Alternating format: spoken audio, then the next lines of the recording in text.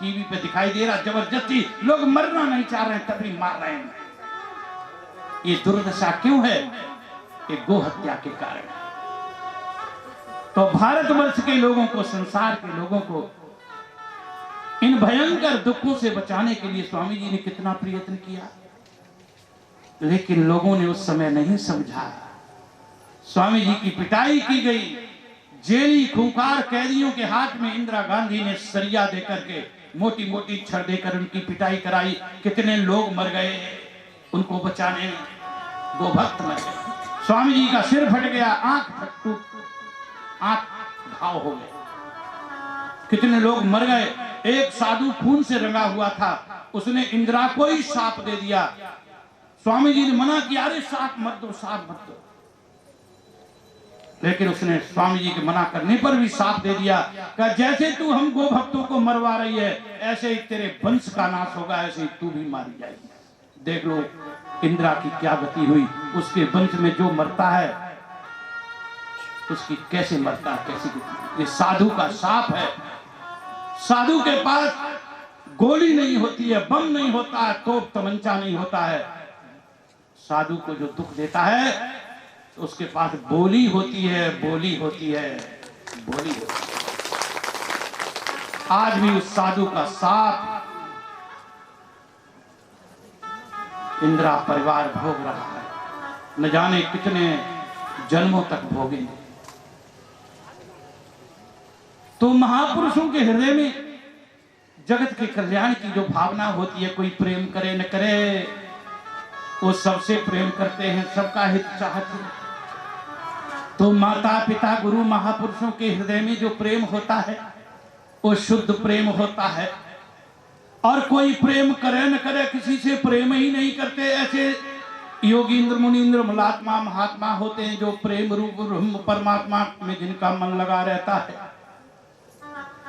उनकी जो सेवा करता है पुण्य उसके पास चले जाते हैं, जो उनको दुख देता है उसके पास पाप चले जाते हैं, और पुण्य पापों से रहित होकर वो जीव मुक्त हो जाता है। हे गोपियों, तुम मेरे से पूछती हो कि आप कौन से प्रेमी हो, तो मैं कहता हूं कि मैं ऐसा प्रेमी हूं कि मिल मिल के छुप छुप जाता हूं, छुप छुप के मिल मिल जाता हूं। अरे गोपियों, तुम लोक वेद की मर्यादा छोड़कर मेरी शरण में आई हो। मैं ब्रह्मा की आयु पर्यंत हजारों कल्पों तक तुम्हारी सेवा करता रहूं, तब भी तुम्हारे ऋण से मैं उऋण नहीं होऊंगा। ऐसा कर कहकर भगवान ने जितनी गोपियां थी इतने रूप धारण कर लिए। अंगना मंगना मंतरे माधवो, माधवं माधवं चांतरे नांगना। जितनी गोपियां उतने ही कृष्ण। गोपियां गोरी हैं, कृष्ण भगवान नीले हैं। ऐसा मालूम पड़ता है कि सोने की मणियों के बीच में जैसे नील मणियों की शोभा होती है। बस महारास प्रारंभ हो गया, एक एक गोपी एक एक कृष्ण। दिव्य नृत्य हो रहा है, गायन हो रहा है, भगवान बंसी बजाते हुए घूम घूम करके खेई खेई करके नृत्य कर रहे हैं, गोपियां भी नृत्य कर रही हैं। ऊपर आकाश से देवता लोग फूलों की वर्षा कर रहे हैं, अप्सराएं नृत्य कर रही हैं, गंधर्व बाजे बजा रहे हैं। ये सब रास की ध्वनि से सारा ब्रह्मांड गूंजने लगा। और रास की ध्वनि जब कैलाश पर्वत पर पहुंची तो कैलाश पर्वत पर भगवान शंकर पार्वती जी कहने लगे, अरे चलो महारास लीला हो रही है। तो जब दोनों के दोनों आए और रास मंडल में प्रवेश करने लगे, गोपियों ने कहा, रे ये देवी तो आ सकती है और तू बाबा जी तू नहीं आ सकता, जाओ। तो भगवान शंकर बाहर खड़े रहे। पार्वती जी महारानी जैसे ही रास मंडल में प्रवेश की, भगवान कृष्ण दिव्य रूप धारण करके आगे उनके साथ हाथ में हाथ पकड़ करके नृत्य करने लगे। बहुत देर हो गई, पार्वती नहीं लौटी।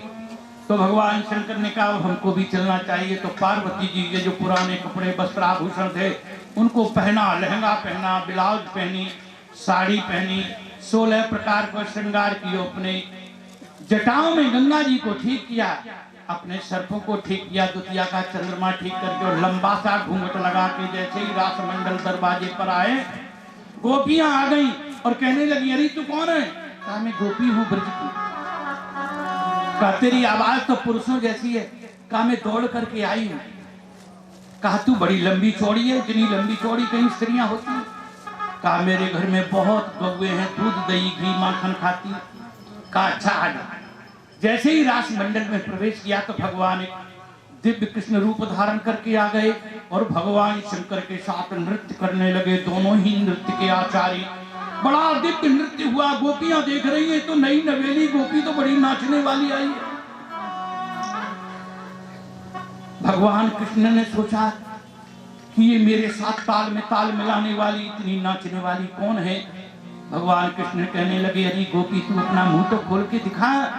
तो भगवान शंकर कहते हैं भगवान ऐसे नहीं, मुंह दिखरोनी में कुछ देना पड़ता है। कहा तू जो मांगेगी वही दूंगा। कहा महाराज ऐसे नहीं, मेरे घूंघट में ही अपना मुख डाल के देख लो। तो लंबा सा घूंघट, ब्रज की गोपियां बड़ा लंबा घूंघट लगा के, ब्रज में कथा होती है तो वहां जितनी बहुएं हैं वहां तो माताएं वृद्ध भी वो भी घूंघट लगा लगा के बैठती हैं। जो नई नई बहुएं तो लंबा लंबा घूंघट लगा के खूब नाचेंगी, समस्त लज्जा शर्म छोड़कर खूब नृत्य करेंगे, क्योंकि भक्ति प्रधान देश है। सबके हृदय में भगवान की भक्ति है। वहां तो वृद्ध वृद्ध माताएं भी नाचती हैं, वृद्ध वृद्ध लोग भी नाचते हैं। कोई बुरा नहीं मानता, किसी को किसी प्रकार की लज्जा नहीं, समस्त लज्जा शर्म छोड़कर नृत्य करते हैं। तो भगवान कृष्ण ने जैसे ही घूंघट में मुख रख करके देखा, दुतिया का चंद्रमा, गंगा जी, जटाजूट, भगवान शंकर को पहचान। अरे भोले बाबा तू गोपी बन के आ गए हो? कहा महाराज। कहा मुंह दिखरोनी में आप क्या देंगे? कहा आप जो मांगोगे वही। तो भगवान शंकर ने कहा कि जन्म जन्म मोहि दीजियो श्री वृंदावन वास। हे गोविंद हे कृष्ण, मेरे को जन्म जन्म भर वृंदावन का वास देना। भगवान शंकर आज भी वृंदावन में निधि वन के पास में आप जाओ तो वहां गोपीश्वर के रूप में विराजमान है। भगवान शंकर की दिव्य मूर्ति है, गोपी के रूप में सजा धजा कर वस्त्र पहनाकर उनकी पूजा होती है। बोलो गोपेश्वर भगवान की दिव्य महारास लीला हुई। गोपियों के जो मन की कामना थी भगवान को अपने हृदय से लगाया, उनके चरणों को सिर पर धारण किया, उनके चरणों को अपने हृदय से लगायो। कहते महारास लीला की रात्रि ब्रह्मरात्र पावृत्ते, ब्रह्मा जी की रात्रि पर्यंत रात्रि हुई। 1000 बार सतयुग त्रेता द्वापर कलयुग व्यतीत होते इतनी बड़ी रात्रि, न कोई घटा न बड़ा न मरा न जिया, सारे जीव भगवान की माया में सोते रहे। उतने रात के पर्यंत महारास लीला। कथा सुनाते हुए कहा कंस जिसको भेजता है भगवान उसी का उद्धार कर देते, उसी को मार देते। नारद जी के कहने पर भगवान के चाचा जी अक्रूर को भेजकर और मथुरा में बुलाया और बहुत बड़ी मल्लशाला बनाई। भगवान बलराम जी ने मिलकर के मुष्टिक, चाणू, सल, तोसल आदि का वध किया और कंस का भी वध करा।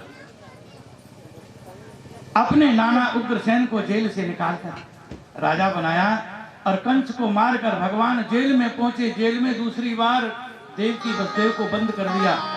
भगवान ने देवकी वसुदेव के हथकड़ी बेड़ी को खोला।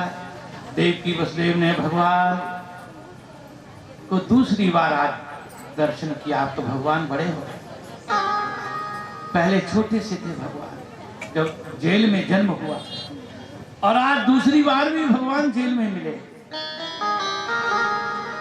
भगवान का यज्ञोपवीत हुआ और उज्जैनी नगरी में पढ़ने गए।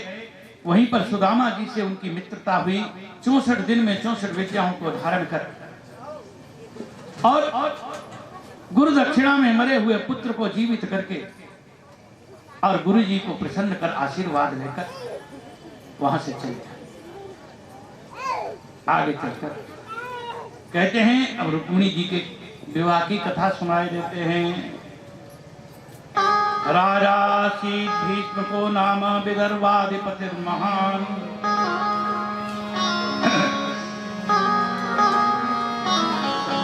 तस्य पंचाभवन पुत्रा कन्यका जबरानना।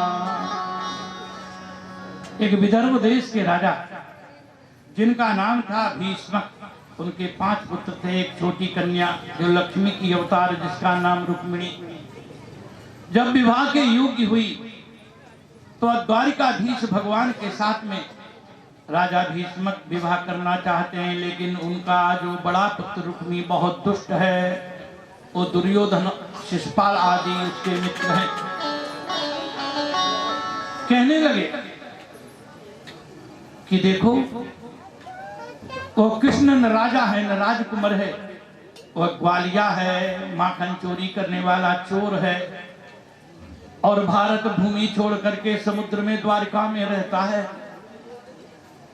हम अपनी बहन रुक्मिणी, सुंदरी रुक्मिणी का विवाह किसी राजा राजकुमार के साथ करेंगे, उस कृष्ण के साथ नहीं करेंगे। शिशुपाल को निमंत्रण दे दिया कि बारात लेकर आओ, हमारी बहन के साथ में विवाह करो। ये बात रुक्मिणी जी को मालूम हुई तो उन्होंने पत्र लिख के ब्राह्मण को द्वारिकापुरी भेजा। ब्राह्मण द्वारिकापुरी में भगवान की सभा के दरवाजे पर खड़ा था। भगवान ने कहा, भाई देखो, ये किस देश का ब्राह्मण आया, जरा बुलाओ। ब्राह्मण को बुलाकर उनका स्वागत सत्कार किया और कहा, भगवान हे ब्राह्मण देवता, कोई सेवा हो तो बताओ। उन्होंने पत्र निकाल करके दिया, मैं विदर्भ देश से आया हूँ, वहां के राजा भीष्मक की छोटी पुत्री रुक्मिणी ने ये पत्र दिया है और कहा है, भगवान मैं आपसे विवाह करना चाहती हूँ। तो भगवान ने वो पत्र खोला और पढ़ा तो रुक्मिणी जी उसमें लिखती हैं, श्रुत्वा गुणान भुवन सुंदर सिंधुकांते निर्विश्य कर्ण विवरैर्हरतोन्नतापम् रूपम दृशाम दृशिमताम अखिलार्थ लाभम त्वयि अर्चिता विशति चित्रम पत्रपम में। रुक्मिणी जी लिखती हैं, जैसे हम लोग पत्र लिखते हैं, आदरणीय पिताजी, पूजनीय गुरुजी, तो रुक्मिणी जी संबोधन में लिखती हैं, ब्रह्मांड में सबसे ज्यादा सुंदर है श्याम सुंदर मदन मोहन कृष्ण गोविंद। जिस दिन से मैंने महात्माओं के, ऋषियों के मुख से आपके सौंदर्य माधुर्य आभा प्रभा कांति की कथा सुनी है, आपके दयालुता आदि गुणों की चर्चा सुनी है, उस दिन से मैंने मन ही मन आपको अपना पति बना लिया है। मैं विवाह करूंगी तो आपके साथ में करूंगी, संसार के हाड़ मांस के पुतले राजा राजकुमारों के साथ विवाह नहीं करूंगी। और आप ये सोच रहे हो कि हम रुक्मिणी को कैसे करेंगे, तो मैं अपनी प्राप्ति का उपाय भी बताती हूँ। लिखती हैं, पूर्वे दुरस्ति महती कुल देवी यात्रा यस्याम बहिर्नव बधू गिरिजामुपेया। लिखती है कि हमारे कुल की ये मर्यादा है, जिस कन्या का विवाह होता है वह सज धज कर अपनी सखियों के साथ, ब्राह्मणियों के साथ, माता मौसियों के साथ, कुल की बहुओं के साथ नगर से बाहर महामाया जगत जननी दुर्गा जी का पूजन करने जाती है। तो जब मैं पूजन करने जाऊं और पूजन करके जब बाहर लौटूं, बस उसी समय आप मेरे को प्राप्त कर सकते हो। भगवान बड़े प्रसन्न हुए, कहा, अच्छा ब्राह्मण देवता, आपकी राजकुमारी हमारे साथ विवाह करना चाहती हूँ, हमको स्वीकार है। सेना लेकर के चलने लगे, पीछे से बलराम जी भी छोटी सेना लेकर आ गए।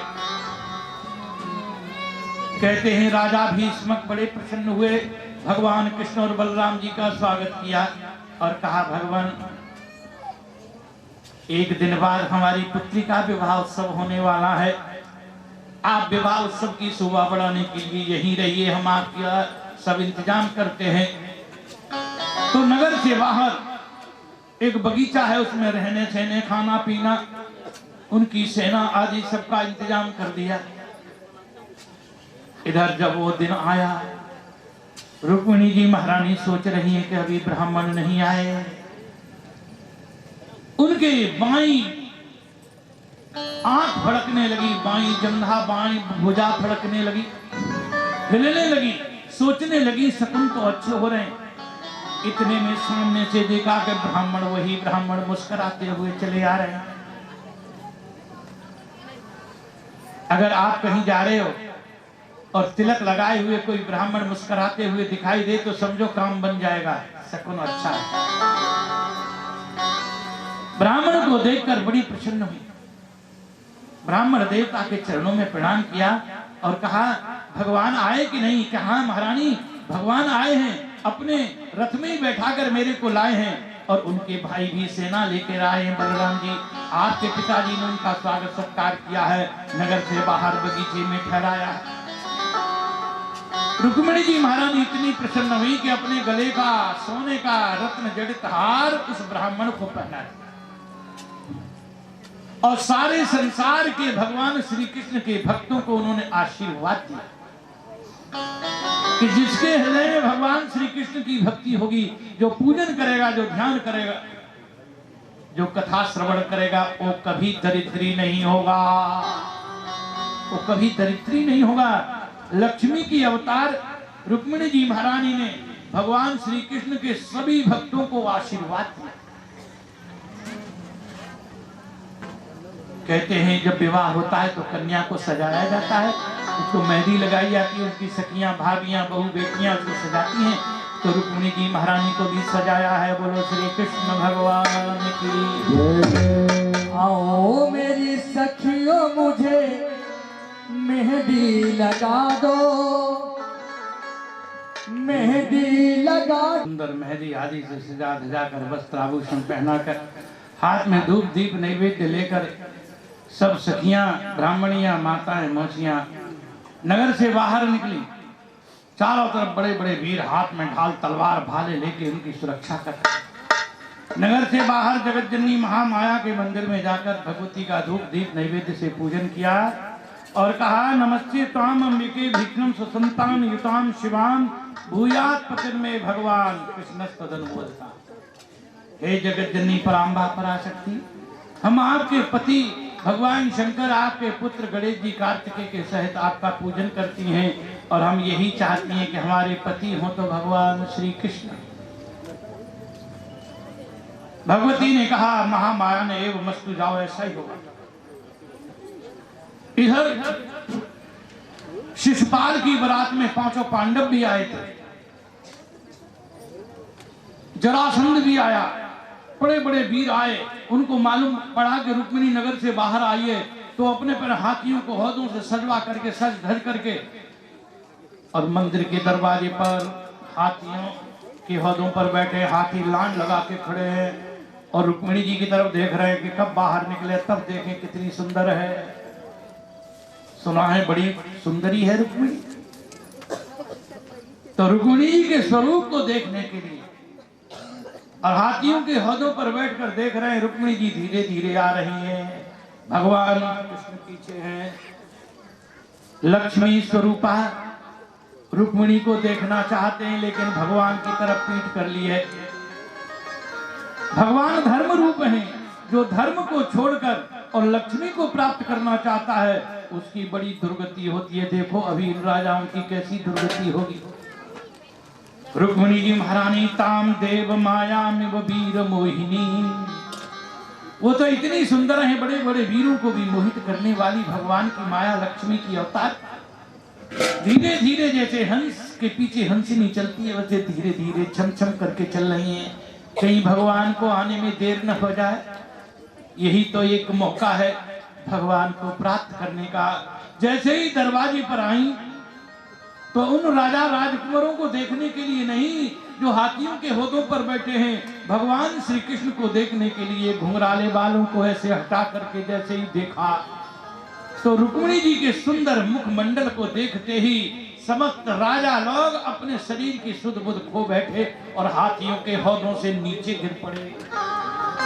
भगवान आए, रुक्मिणी जी को गोद में उठाया, उन दुर्दांत और अभिमानी राजाओं के सिरों के मुकुटों में ठोकर मारते हुए, सबके मुकुट अलग करते हुए भगवान जब ले जाने लगे तो राजाओं को जब चेतना आई, उठे, अपने अपने मुकुट लगाए, देखा हमारी तरह सब गिरे हुए हैं और देखा अरे कृष्ण तो रुक्मिणी को ले जा रहा है। भगवान से युद्ध किया, भगवान ने सबको हरा दिया। उनका बड़ा भाई आया रुक्मिणी, उसको भी भगवान ने हरा दिया। भगवान रुक्मिणी जी को लेकर अपनी द्वारकापुरी में आए। द्वारकापुरी को सजाया गया है, द्वारिकापुरी की जो सड़कें हैं वो मणियों की बनी हुई सड़कें, उनको इत्र से धोया गया है। प्रत्येक दिव्य भवन को ध्वजा पताकाओं से सजाया गया है। आप लोग कभी द्वारिकापुरी गए हो तो देखा होगा मंदिर के ऊपर जो पताका है वो दिन में 3 बार लगती है और कई कई वर्ष आगे की बुक रहती है। जहां से वो ध्वजा दिखाई देती है, ध्वजा चढ़ाने वाले वहीं पर उतर जाते हैं गाड़ियों में और ध्वजा लेकर नाचते गाते हुए गुजराती लोग आते हैं। गुजराती लोग भगवान श्री कृष्ण को बहुत मानते हैं। जैसे हम लोग आपस में श्री राम राम राम कहते हैं, काशी में महादेव महादेव कहते हैं, वैसे ही गुजराती जय श्री कृष्ण जय श्री कृष्ण जय श्री कृष्ण कहते हैं। बहुत सुंदर द्वारका को सजाया गया है। दिव्य भवन में दिव्य मंडप, सोने के मंडप में दिव्य कुंड जिसमें चंदन की मलयागिरी, चंदन की लकड़ी जल रही है। ऐसे हवन करके ब्रह्मा जी महाराज ऋषियों ने श्री रुक्मिणी जी महारानी ने भगवान श्री कृष्ण का विवाह संपन्न किया। भगवान ने ब्राह्मण विधि से रुक्मिणी जी के साथ में विवाह किया। समस्त देवता लोग द्वारिका के वासी देख रहे हैं। ऊपर से फूलों की वर्षा हो रही है। देवता लोग गंधर्व गाने गा रहे हैं, बाजे बजा रहे हैं, अप्सराएं नृत्य कर रही हैं। कहते हैं इस प्रकार बड़े दिव्य ब्राह्म विधि से भगवान श्री कृष्ण और रुक्मिणी जी का विवाह संपन्न हुआ। द्वारिकायाम भूत राजन महामौदा पुरौकशाम और रुक्मिण्या रमयोपेतम दृष्ट्वा कृष्णम श्रियः पति। कहते हैं एक संत कहा करते थे कि जब रुक्मिणी जी का विवाह हुआ तो आधी द्वारिका के नर नारी कृष्ण भगवान के पक्ष में हो गए और आधी द्वारिका के नर नारी रुक्मिणी जी की तरफ हो गए, क्योंकि रुक्मिणी जी के मायके का तो वहां कोई है नहीं। तो रुक्मिणी जी को ये दुख न हो कि मेरी तरफ का कोई नहीं है, तो आधे द्वारिका के नर नारी बच्चे रुक्मिणी जी की तरफ और आधे नर नारी और बच्चे श्री कृष्ण की तरफ। बड़े धूमधाम से दिव्य विवाह संपन्न हुआ। भगवान ने ब्राह्म विधि से रुक्मिणी जी के साथ में विवाह किया। बहुत सुंदर मंडप के अंदर सोने का रत्न जड़ित सिंहासन, उसके ऊपर सज धज करके रुक्मिणी जी और भगवान श्री कृष्ण को बैठाया है। भगवान श्री कृष्ण के वाम अंग में रुक्मिणी जी सुंदर वस्त्र आभूषण पहने 16 प्रकार का श्रृंगार किए हुए बैठी। भगवान श्री कृष्ण रुक्मिणी जी के दाहिने अंग में पीतांबर पहने, नीले नीले घुंघराले बाल जिनके मुखमंडल पर सुशोभित हो रहे, सुंदर द्वारिकाधीश का रूप धारण कर, सुंदर बाजूबंद कंगन आदि पहनकर मुकुट धारण करके बैठे हैं। समस्त द्वारिकावासी आ रहे हैं और श्री द्वारिकाधीश और रुक्मिणी जी का दर्शन कर रहे हैं, पूजन कर रहे हैं और वस्त्र आभूषण और बर्तन जो कुछ जिसको भगवान को समर्पित कर रहे हैं। बोलो श्री कृष्ण भगवान की जय। अपने अपने हृदय में इसी झांकी का कि एक दिव्य सिंहासन के ऊपर दिव्य भवन में दिव्य मंडप में रुक्मिणी और कृष्ण विराजमान हैं, इस झांकी का ध्यान करते हुए कीर्तन बोले हैं। उसके बाद में और काम होगा। गोविंद जय जय गोपाल जय जय गोविंद जय जय गोपाल जय जय गोविंद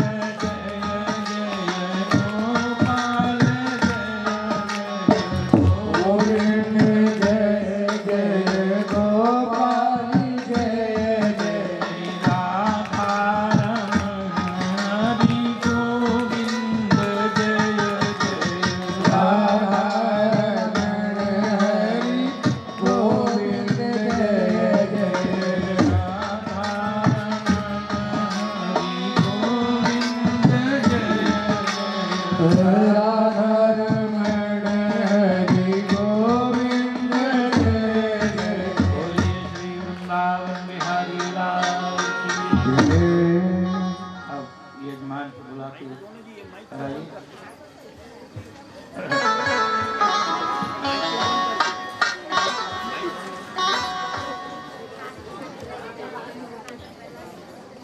पहले यजमान रुक्मिणी जी के पूजन करेंगे।